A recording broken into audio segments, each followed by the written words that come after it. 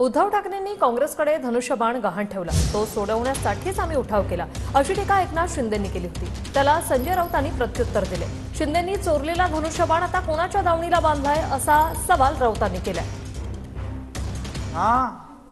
वाचवण्यासाठी, शिव धनुष्यबाण वाचवण्यासाठी जो तुम्ही काँग्रेसच्या दावणीला बांधला होता, तुम्ही गहाण ठेवला होता, तो सोडवण्यासाठी आम्ही हे केलं. कारण बाळासाहेब म्हणायचे माझी काँग्रेस होऊ देणार नाही.